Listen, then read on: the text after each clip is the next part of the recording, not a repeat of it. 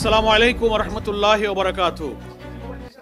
প্রিয় সাংবাদিক বন্ধুগণ, আমরা মহান আল্লাহ তাআলার কাছে শুকরিয়া আদায় করছি বাংলাদেশ জামাত ইসলামীর পক্ষ থেকে নির্বাচন কমিশনের সম্মানিত প্রধান নির্বাচন কমিশনার এবং কমিশনের সকল সদস্যের সঙ্গে সচিব সহ আমাদের একটা মত বিনিময় সভা নির্ধারিত সময়েই আমরা শুরু করতে পেরেছিলাম। আমাদের মধ্যে অত্যন্ত সৌহার্দ্যপূর্ণ পরিবেশে, খুবই খোলামেলা পরিবেশে, খুব ফ্রি নির্বাচনকে সুষ্ঠু, নিরপেক্ষ, অবাধ, গ্রহণযোগ্য, অংশগ্রহণমূলক করার ব্যাপারে আমাদের মত বিনিময় অনুষ্ঠিত হয়েছে। আমরা আমাদের বক্তব্যগুলো খুব লিখিত আকারে ওনাদের কাছে পেশ করেছি। ওনারাও সে সম্পর্কে ওনাদের কিছু বিষয় শেয়ার করেছেন, মত বিনিময় করেছেন। আমাদের এখানে এই প্রতিনিধি দলে যারা সঙ্গী আছেন, আমাদের বাংলাদেশ জামাত ইসলামীর সহকারী সেক্রেটারি জেনারেল হামিদুর রহমান আজাদ, সাবেক এমপি, আমাদের নির্বাহী পরিষদের সদস্য মতিউর রহমান আকন, পাবলিসিটি এবং মিডিয়া বিভাগের সেক্রেটারি, আমাদের কেন্দ্রীয় গণপরিষদ সদস্য অ্যাডভোকেট জসিমউদ্দিন সরকার, সুপ্রিম কোর্টের, এবং তিনি বাংলাদেশ লয়ার্স কাউন্সিলের প্রেসিডেন্ট, এবং আমাদের সঙ্গে আছেন অ্যাডভোকেট ইউসুফ আলী, যিনি ডেপুটি অ্যাটর্নি জেনারেল, তিনিও আমাদের কেন্দ্রীয় মজলিস শুরার সদস্য। আমরা খুবই আন্তরিকতা, সৌহার্দ্যপূর্ণ পরিবেশে, অ্যাডভোকেট কামাল উদ্দিন সাহেব আছেন, ঢাকা বারের সাবেক সিনিয়র ভাইস প্রেসিডেন্ট এবং মহানগরী জামাতের কর্মপরিষদেরও সদস্য।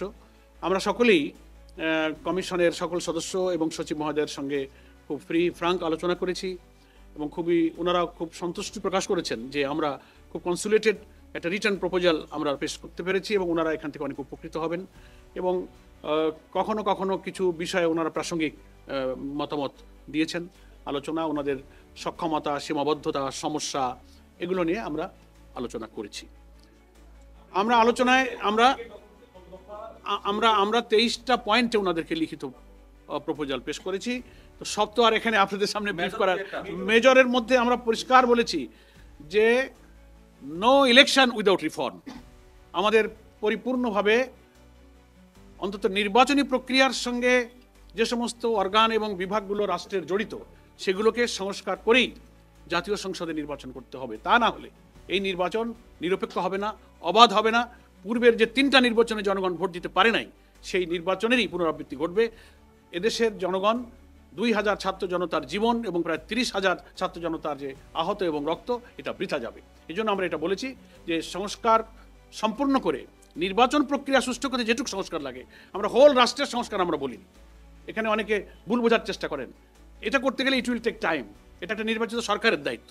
কিন্তু এই অন্তর্বর্তীকালীন সরকারের এটা দায়িত্ব নির্বাচনকে নিরপেক্ষ করার প্রয়োজনে যে সংস্কারটুকু ন্যূনতম প্রয়োজন, তার জন্য যতটুকু সময় যৌক্তিক প্রয়োজন হবে, জামাত ইসলামী সেই সময় দিতে প্রস্তুত এবং সেই নির্বাচন। আমরা কোনো দিন, মাস, ক্ষণ বেঁধে দিইনি। জামাত ইসলামীর পূর্বের যে অবস্থান, আমাদের সম্মানিত আমির জামাত ডক্টর শফিকুর রহমান প্রথম থেকে আমাদের নির্বাচনী দিনক্ষণের ব্যাপারে যে অবস্থানের কথা জাতির সামনে ব্যক্ত করেছেন, আমরা আজকেও সেই অবস্থান ব্যক্ত করেছি।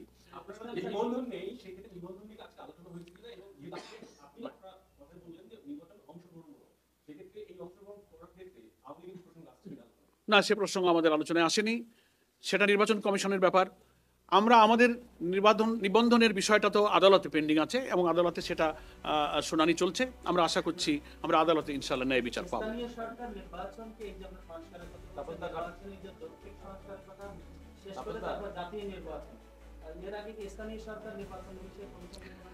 কমিশনকে আমরা তো পরামর্শ দিয়েছি যে জনগণের আকাঙ্ক্ষা, কিন্তু জনগণ চায় যে স্থানীয় সরকার কাঠামোকে সচল করতে, সক্রিয় করতে, স্থানীয় সরকারের এবং গ্রামীণ অবকাঠামোতে উন্নয়ন, আইন শৃঙ্খলা, জনদুর্ভোগ কমাতে জনগণের আকাঙ্ক্ষাই হচ্ছে স্থানীয় সরকার নির্বাচনটা আগে হোক। আমরা জনগণের এই আকাঙ্ক্ষার সাথে সমর্থন এবং সম্মান ব্যক্ত করেছি। হ্যাঁ, কোনটা? না, আমরা অনেকবার বলেছি এবং আমরা তো গত 25শে নভেম্বর সরকারের যে রিফর্ম কমিশন করা হয়েছিল, নির্বাচন ব্যবস্থার যে কমিশন একটা গঠন করেছিল সরকার, আমাদের কাছে লিখিতভাবে ওনারা আমাদের প্রপোজাল চেয়েছিলেন। জামাত ইসলামীর পক্ষ থেকে 25শে নভেম্বর রিটেন আমাদের একটা প্রপোজাল আমরা সেই রিফর্ম কমিশনের কাছে জমা দিয়েছিলাম। তার থেকে কিছু কিছু বিষয় আজকে আমরা এখানে মেইন বিষয়গুলো আমি একটু বলি। আমরা আমাদের আজকের প্রস্তাবনার মধ্যে বলেছি সেটা হচ্ছে প্রপোর্শনাল রিপ্রেজেন্টেশন, পিআর, আনুপাতিক প্রতিনিধিত্ব হারে যে নির্বাচনের ব্যবস্থা আধুনিক গণতান্ত্রিক বিশ্বে প্রায় 60টির অধিক দেশে এটা প্রচলিত আছে। নির্বাচনকে কালো টাকা এবং পেশি শক্তি থেকে মুক্ত করে ফ্রি ফেয়ার একটা ইলেকশন এবং পার্লামেন্টকে যদি দক্ষ পার্লামেন্টারদের দ্বারা আইন প্রণেতাদের দ্বারা পরিচালিত করতে হয় তাহলে এই পদ্ধতিটাই বাংলাদেশের জন্য খুবই উপযোগী। এটা আমরা প্রপোজ করেছি। আমরা বলেছি যে আরপিওতে 9A যে আর্টিকেল আছে অনুচ্ছেদ 91-এর A 91-এর A যে অনুচ্ছেদ আছে সেটা গত সরকার বেআইনিভাবে নির্বাচন কমিশনের এই অধিকারকে তারা খর্ব করেছিল, রাজনৈতিক উদ্দেশ্যে তারা খর্ব করেছিল, যেখানে আমরা বলেছি যে এটাকে পুনর্বহাল করতে হবে। যে কোনো নির্বাচনে অনিয়ম হলে ইলেকশন কমিশনকে সেই আইনে এখতিয়ার দেওয়া হয়েছিল অনুচ্ছেদে যে তারা আংশিক বা পুরো বাতিল করতে পারে। এটা গত সরকার পলিটিক্যাল ইন্টেনশনে তারা এটাকে তুলে নিয়েছিল, বাতিল করেছিল। এটাকে আমরা পুনর্বহাল করতে দাবি করেছি। নেক্সট আমরা বলেছি প্রবাসী ভোটারদের ভোট ইনশিওর করতে হবে। প্রায় 1 কোটির অধিক ভোটার কিন্তু আমাদের প্রবাসে তারা আছে, এটাকে আমরা ইনশিওর করতে বলেছি। এবং আমাদের ভোটার তালিকায় নাম অন্তর্ভুক্ত করার ব্যাপারে যে প্রক্রিয়া চলছে সেক্ষেত্রে প্রশাসনিক ইউনো অফিস নির্বাচনের সাথে সংশ্লিষ্ট কর্মকর্তাদের হয়রানির বিষয়গুলো, অনেক ফাইলগুলো পেন্ডিং পড়ে আছে নানান ইস্যুতে, সেগুলো নিরসনের জন্য আমরা অনুরোধ করেছি। এবং আরেকটা মৌলিক ব্যাপারে আমরা কথা বলেছি, সেটা হচ্ছে যে সংবিধানের প্রতিটি নাগরিকের রাজনীতি করার এবং রাজনৈতিক দল গঠনের কিন্তু অধিকার আছে। তো নিবন্ধন আইন যেটা করা হয়েছে, যার ভিত্তিতে এখন বাংলাদেশের রাজনৈতিক দলগুলো 8 সালের পর থেকে রেজিস্ট্রেশনের সিস্টেম চালু হয়েছে। এর আগেও তো বহু ইলেকশনে আমরা অংশ নিয়েছি। এতে করা হয়েছে যে এত কঠিন শর্তগুলো দিয়ে এই আইনটা করা হয়েছে যে সকল রাজনৈতিক দলের এত কঠিন শর্ত পূরণ করে রাজনীতি করার অধিকার কিন্তু খর্ব করা হচ্ছে। এই জন্য আমরা এটা বলেছি যে এই আইনটা বাংলাদেশের সংবিধানের সাথে সাংঘর্ষিক, এটা বাতিল করা উচিত। রাজনীতি এবং দল করার অধিকার সকলের আছে, কঠোর শর্ত দিয়ে এখানে বিঘ্ন সৃষ্টি করা হয়েছে। এবং আমরা বলেছি সরকারি কর্মকর্তা এবং রাষ্ট্রের লাভজনক পদে অধিষ্ঠিত যারা, তাদের চাকরি থেকে বা দায়িত্ব থেকে অব্যাহতির অন্তত কমপক্ষে 3 বছর পূর্ণ না হলে তাদেরকে নির্বাচনে যোগ্য করা যাবে না। এই সমস্ত মেইন বিষয়গুলোতে আমরা আলোচনা করেছি। আরও তো প্রাসঙ্গিক খুঁটিনাটি রিলেটেড অনেক কথাবার্তা এসেছে। একজন বলে, সেটা হচ্ছে যে জাতিসংঘের মানবাধিকার কমিশন, এটা প্রসঙ্গে একটু বাইরে, জাতিসংঘের মানবাধিকার কমিশনের পক্ষ থেকে বলা হয়েছে তারা যে এই যে গুম খুন নিয়ে যে তারা যে তদন্ত করেছে সেখানে জামায়াতের পক্ষ থেকে তারা কোনো সহযোগিতা পায়নি, আপনারা ইন্টারভিউ দেননি। এই বিষয়ে আপনাদের দলের অবস্থান কি? এই তথ্যটা নিয়ে আমরা গতকালকে গণমাধ্যমে বলেছি, এটা তথ্য সঠিক নয়। আমরা চেক করে দেখেছি, আমরা জাতিসংঘ হিউম্যান রাইটস কমিশনের সঙ্গে ফ্যাক্ট ফাইন্ডিং যত তথ্য, যত ইনফরমেশন, যত মেল সব আমরা রেসপন্স করেছি। এই তথ্যটা কিভাবে এসেছে আমরা চেক করব, এটা তথ্য আমরা যাচাই করেছি, এটা সঠিক নয়, ইনফরমেশন সঠিক নয়। এটা গণতান্ত্রিক দেশে নানান ইস্যুতে ভিন্ন মত তো থাকতেই পারে, এ ব্যাপারে আমাদের কোনো মন্তব্য নেই। আমাদের একটা মত দিয়েছি, তার সাথে আরেকটা দলের ভিন্ন মত থাকতে পারে, that is the beauty of democracy, এটা হতেই পারে। না, ওইটা আপনার মন্তব্য, আপনার একার মন্তব্যই তো জাতির মন্তব্য হবে না। কোন মানুষের, সে মানুষ কারা? মানে আপনি একা বললে তো সব মানুষ হয়ে যাবে না।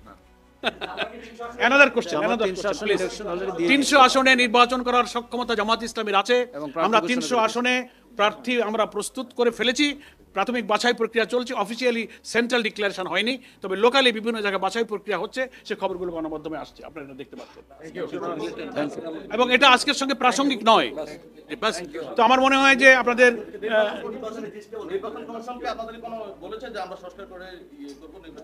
ওনারা তাদের সাথে সরকারের, রাষ্ট্রের বোঝাপড়ার ব্যাপার, রাষ্ট্র এবং সরকার এই সংস্কারের দায়িত্বগুলো পালন করবেন, তারপরে নির্বাচন কমিশন তার দায়িত্ব পালন করবে।